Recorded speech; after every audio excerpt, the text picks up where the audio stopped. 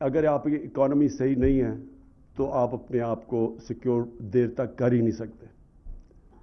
اگر آپ کی اکانومی کی یہ حالات ہیں کہ ہر تھوڑی دیر کے بعد آپ کو IMF کے پاس جانا پڑتا ہے تو اس کا مطلب آپ کی سیکیورٹی متاثر ہوگی. اور اس کی وجہ کیا ہے کہ کبھی بھی ایک کوآرڈینیٹڈ نیشنل سیکیورٹی کا ہمارا کانسیپٹ نہیں آیا. اور اکانومی کے اندر بھی کبھی بھی یہ سمجھ نہیں آئی کہ ہم نے اپنے آپ کو اکنامکلی سیکیور کرنا کیسے. گروتھ ریٹ ہماری اوپر جاتی تھی، کرنٹ اکاؤنٹ ڈیفیسٹ ہو جاتا تھا. کرنٹ اکاؤنٹ ڈیفیسٹ ہوتا تھا، روپے پہ پریشر پڑ جاتا تھا.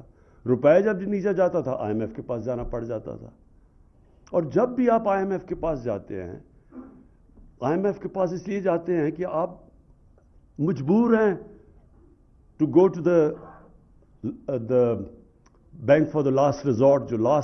جو آخر میں آپ کی مدد کرنے والا ہے وہ IMF رہ جاتا ہے، جو سب سے سستے قرضے دیتا ہے آپ کو. تو آپ کی مجبوری ہو جاتی ہے، لیکن ان کی آپ کو شرائط ماننی پڑتی ہے. اور جب آپ شرائط ان کی جو مانتے ہیں تو پھر آپ کا کہیں نہ کہیں آپ کی سیکیورٹی کمپرومائز ہوتی ہے. سیکیورٹی ناٹ نیسسرلی آپ کی جو سیکیورٹی فورسز ہیں، سیکیورٹی میننگ کہ آپ کے لوگوں کے اوپر آپ کو بوجھ ڈالنا پڑتا ہے.